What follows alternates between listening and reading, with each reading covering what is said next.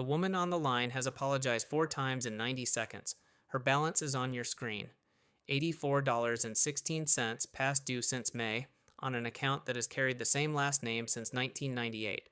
She is explaining that her hours got cut. She is explaining it carefully, the way people explain things when they think being reasonable might change the outcome. The script gives you 3 options. You read the second one out loud. A payment arrangement, $42 now, the rest in 30 days, and the disconnection notice pauses. She says thank you, like you did her a favor. The call ends. The cue does not.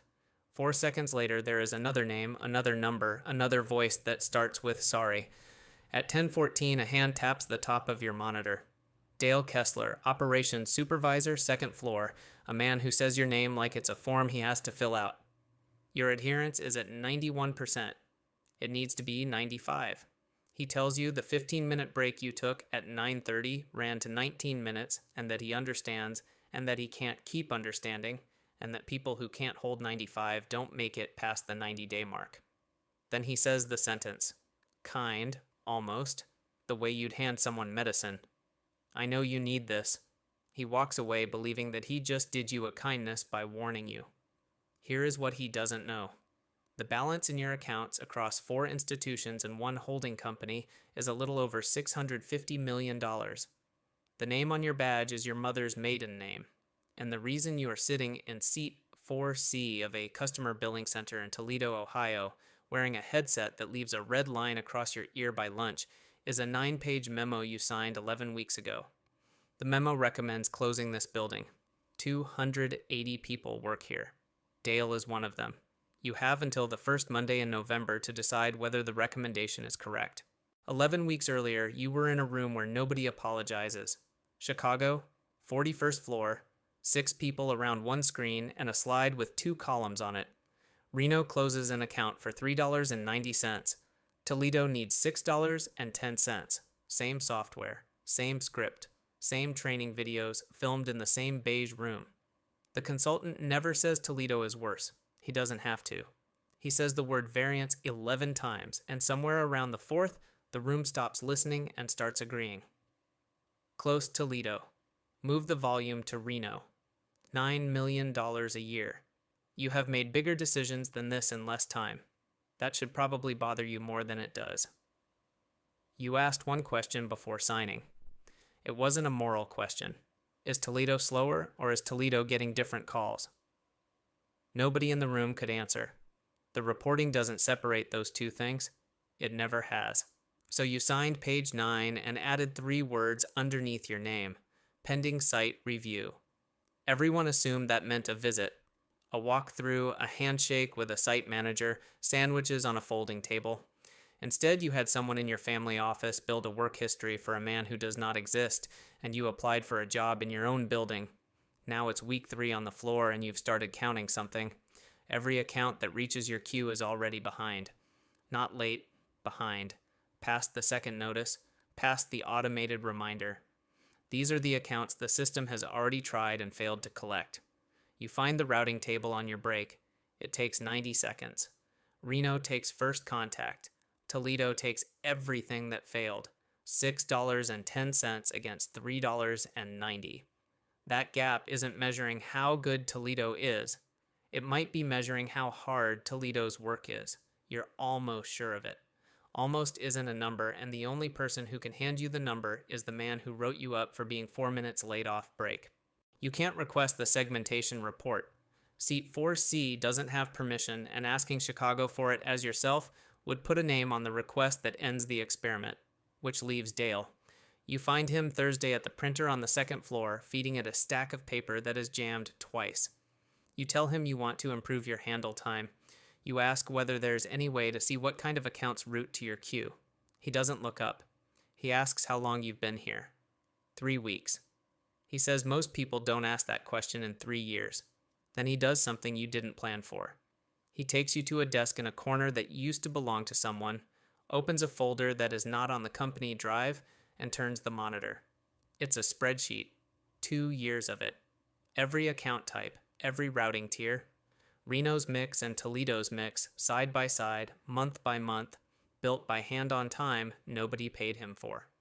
81% of Toledo's volume arrives after 2 failed collection attempts. Reno's number is 19. Adjusted for that, Toledo isn't slower. Toledo is 30 cents cheaper. You sit with that for a second longer than a new hire should. Then you ask him what happened when he sent it up. He tells you he sent it twice, both times to the same man, a VP of operations in Chicago. First in March of 2 years ago. Then again 6 months after that with a subject line he still remembers writing. He got a reply the second time. 3 words, noted. Thanks, Dale. He closes the folder. He tells you the reason he rides everyone on adherence is that when a site gets reviewed, adherence is the one number that arrives in Chicago without an explanation attached. He can't control what calls come in. He can control whether the report says 95. He has been protecting this building for 2 years using the only lever he was given. And on your first week, when he told you, I know you need this, he wasn't threatening you. He was trying to keep you employed in November. You go back downstairs. There are 9 minutes left on your break, and one thing you now know for certain. The VP who wrote noted, Thanks, Dale was promoted 14 months ago. He reports to you. You go looking for the thing that should feel like a victory, and you find the file underneath it. The consultant's model didn't only rank Toledo, it ranked every site. Correct the routing mix, and Toledo climbs. It climbs past Reno. Reno is newer, larger, and on a lease that runs 11 more years. 340 people. The $9 million doesn't come from closing Toledo specifically. It comes from closing one of them. The math never cared which. Chicago picked Toledo because Toledo looked worse. You now know Toledo only looked worse because nobody separated 2 columns. So the honest correction doesn't save 280 jobs. It moves the closure to a building 340 people work in a city you have never visited, where someone like Dale is also holding a number together with both hands, and where you have not spent 3 weeks learning anyone's name. That is the whole trick of distance, and you just walked into the wrong side of it. You could keep both. $650 million is not a constraint. You could absorb $9 million a year until the volume itself disappears, and it is disappearing. 12% fewer accounts than last year because people pay online now and the failures come in smaller batches every quarter. Keeping both isn't mercy. It's postponement with a nicer name, and it ends the same way later with less warning. 3 weeks later, on a Friday afternoon, Dale posts the weekly adherence numbers by the elevator. You're at 96. He taps the sheet twice as he passes your row and says, without stopping, that you're going to be fine here. 10 days until the first Monday in November, and you understand now that the decision was never whether the memo was wrong. The memo was wrong. The decision is what you owe the people whose names you learned, compared to the people whose names you didn't. Chicago, 41st floor. The same 6 people, and one of them is the VP who was promoted 14 months ago. You are not wearing a badge with your mother's maiden name on it. The consultant restates the recommendation. $9 million a year. Toledo closes in Q1. You ask him a single question. What percentage of Toledo's volume arrives after 2 failed attempts? He says he'd have to pull that. You tell him the number. Then you tell him Reno's. Then you say where both numbers came from and how long they have been sitting inside the company and what the reply was. Nobody says variance again. Here is what you decide, and it is not the ending anyone in the room wanted. You do not close Toledo. You do not close Reno either. You correct the routing so both sites carry a real mix, and then you say the harder part out loud. The volume is falling 12% a year, and no correction changes that. So both buildings shrink. 30 months. No involuntary exits, attrition, transfers, and paid retraining for anyone who wants out early. Funded before the savings, not after. Roughly 80 jobs still disappear. Not 280, not 0. You could have made it 0. $650 million would have covered it for years. You don't, because a building kept alive by a secret owner's charity is a building that closes anyway on a day nobody sees coming, and by then everyone in it will have turned down the job that would have saved them. You take the softer number and pay for the warning. That is the most honest thing you have to offer, and it is still not enough for 80 people. Then you do one more thing. You ask that the transition be run out of Toledo, not Chicago. The VP asks who they should put on it. You tell him the name is already on the spreadsheet he was sent twice. Seat 4C is empty by Wednesday. New hires wash out constantly. Nobody investigates. The call comes to Dale 8 days later from a number in Chicago he has never seen. Transition lead, 30-month program, reporting to the region. Salary attached. Decision authority attached. He asks the woman on the phone why him. She reads from what's in front of her. Prior analysis. 2 submissions. Dates. He asks who found it. There is a pause on the line, and then she says the honest thing, which is that she doesn't know. You are 240 miles away when that happens, and you will never tell him. Not because the secret is precious, because the moment he learns that the man who owns the company sat in his building wearing a false name, everything he did stops being his. The spreadsheet becomes a story about you.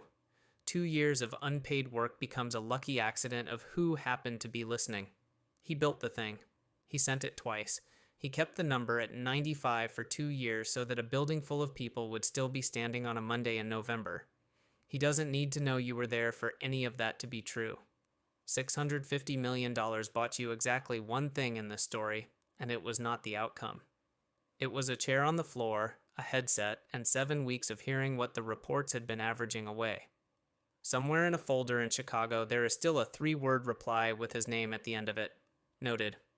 Thanks, Dale. It took 2 years, a false badge, and a fortune large enough to make the building irrelevant for someone to actually mean it.